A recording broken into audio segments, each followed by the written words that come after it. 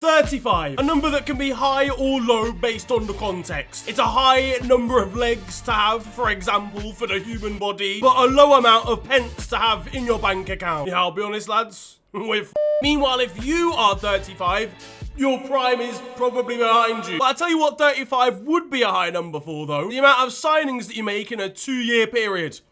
I'm looking at you, Todd. There's not many things that have made sense at Chelsea Football Club over the last 24 months. But one thing that has stood out above a lot of the rest of it is the sheer amount of transfers in and out that have happened at the club. Stamford Bridge has looked like Oxford Circus at rush hour for pretty much every transfer window so far under Todd Boehly's ownership. And the bringing in and the signing of Pedro Netto for £60 million from Wolves makes a 35th signing since he took over from Roman Abramovich. The question is pretty simple. What the hell is going on at Chelsea Football Club?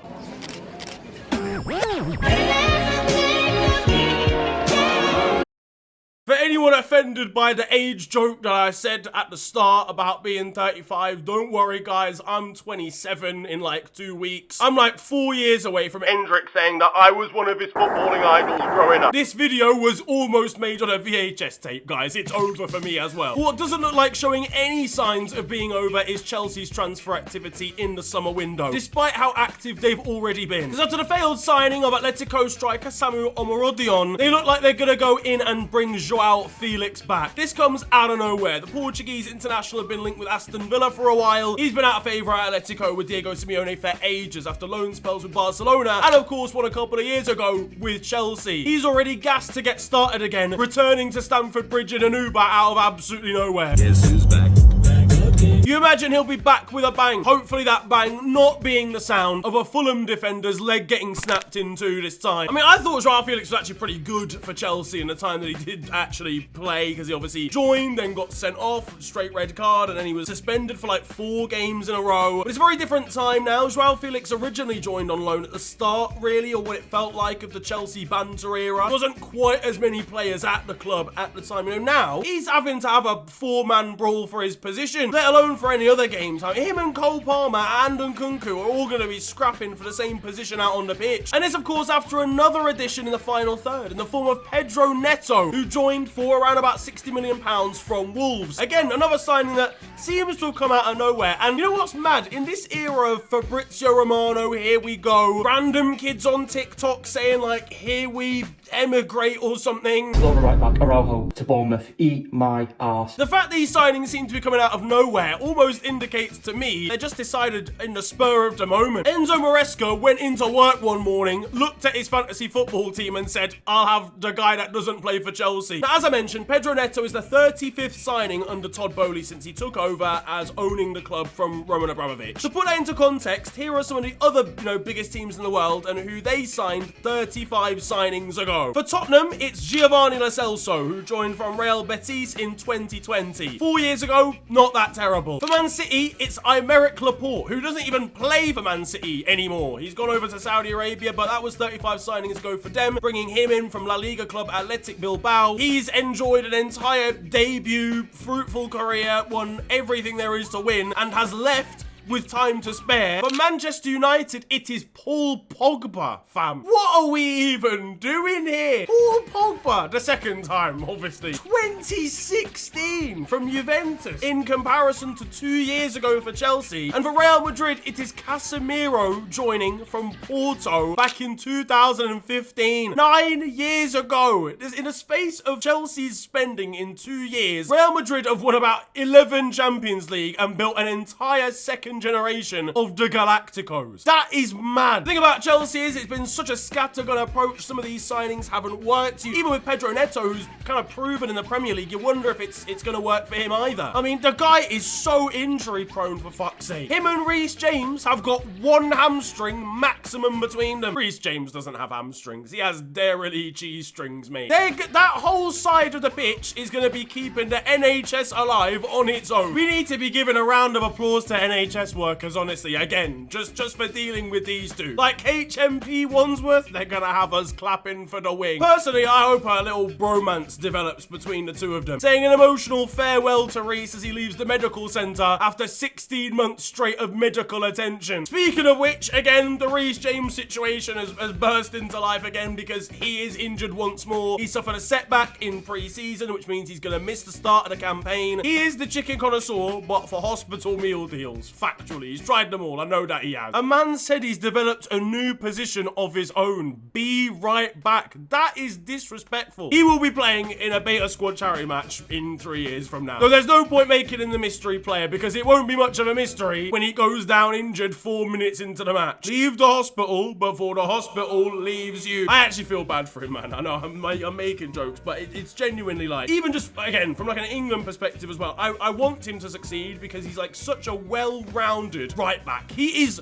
undoubtedly quality. Like, I know talking about his injury record and availability is the best form of ability. There's no point being good if you're constantly injured. That is the problem with him. But when he is fit, he is just one of the best right backs in the league. So it is just a tragedy for him. People probably think I have a bias against Chelsea, by the way, because I talk about them so much. Like, even in recent FTW episodes, I've been a bit relentless with them. But could I hate Chelsea right now? Not a chance. They give me so much content every week. I don't think there's been a club in English history that has given me as much foolishness on a consistent day-to-day basis to talk about as Chelsea Football Club have in the last 2 years. A quiet week for them is signing 4 players, hiring a new manager, losing a pre-season match, and Todd Boehly thinking a 5-5-3 is a valid footballing formation. Like, it's just chaos. This the size of the squad, for fuck's sake. They have like 8 goalkeepers on their books. What could you possibly need 8 goalkeepers for? The overall squad depth is mental. The Wikipedia page needs a see more section. A girl puts she's a keeper on her Tinder profile and Todd Boehly is all over it. It's not even just new signings, it's chaos all over the place. You had the drama with Enzo Fernandez and that video after Argentina won Copa America, coming back and being unfollowed by all the French players in the squad. And now he's been made vice captain. The guy got a promotion from Racismo. He must have been baffled hearing the news upon thinking he was gonna get suspended for 3 months. That is, in fairness, if there was any club to rise up the ladder through those means, it's probably Chelsea. One of the only signings that's actually worked at Chelsea Football Club, Cole Palmer, has been given a new contract. He already had about 17 years left on it in the first place. Poor kid's gonna be devastated when he realizes that he can't read and it actually says 2035, not 2025 at the end of it. What? Poor kid, man. Let's be honest, he just thought he was gonna play a game of Connect the Dots or something. So why have you bought a crayon to negotiations? And with all those players that have joined, that have come in, there are, of course, players that have to leave to make space. Well, I mean, there should be, theoretically. Conor Gallagher was supposed to be going to Atletico Madrid. That deal's now been thrown up into the air. Romelu Lukaku, Armando Broja, and Trevor Chalobah are training with the under-21s. That's not even because Chelsea are trying to force them out. There just simply isn't enough space at the normal training complex. Training rondos are an absolute joke at this point at the club. I mean, there's no point passing it on to the under-21s. They're going to be equally as frustrated playing Lukaku in for a 7th time only for him to miss the target again.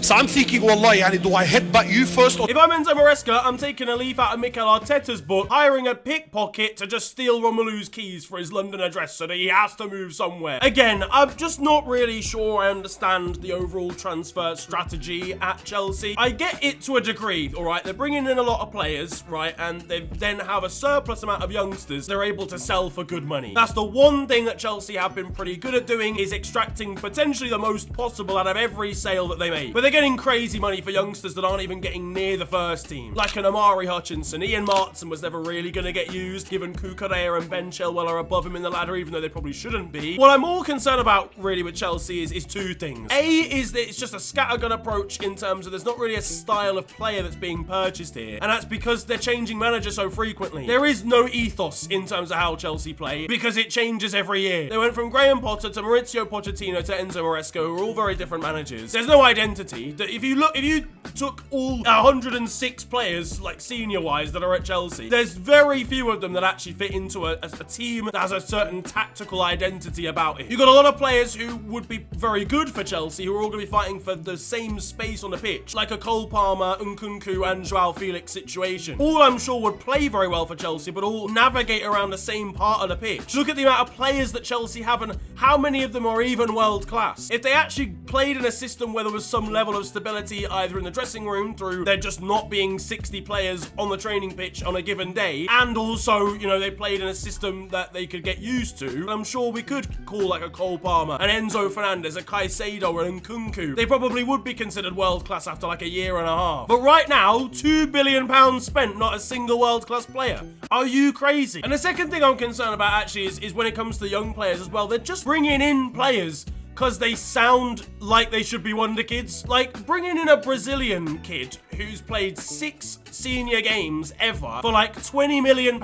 is not, that doesn't make sense. If you want to bring in loads of, you know, younger players who are unproven and you can send them out on loan for 4 years in a row and maybe they'll turn into, you know, senior squad players, then do that. But they have to have some kind of pedigree. You can't just randomly go to Palmeiras and pick up their third choice wonder kid right back for 30 mil. The amount of times they're signing players who have absolutely zero senior experience is concerning. This recruitment is bizarre. There's no identity there at all. They have to calm things down. This has to be the final transfer window where Chelsea adopt this sort of approach, because there's actual good players there. As I said, you've got like the Caicedos, Enzo Fernandez's, Cole Palmers, and Nkunkus. I like Levi Colwill, for example. I really like Malo Gusto. Netto will be good as long as he stays fit for longer than like 45 minutes at a time. But fuck knows even what their starting 11's gonna be, because there's just so many options. But Chelsea fans, what do you make of your chances for the season? Because as I said in my Premier League predictions video will be coming out in 2 days from now. And I say in that, it almost feels impossible to predict their season because you don't know who's gonna start, you don't know who's gonna be impactful for them, you don't know what system they're gonna play. They are the ultimate wild card because even they don't know what they're doing. So what do you think about their chances for the season? Are they gonna break back into the Champions League spots? Will they still be in the minor European competitions, or will it be another disaster fighting in mid-table? But I can wholeheartedly say that Chelsea are the most ridiculous football club maybe in the world right now. That though is going to wrap up today's video. I hope you have enjoyed. If you have, then feel free to slap a like on the video and subscribe if you're new to the channel. It's what Todd Boehly would want,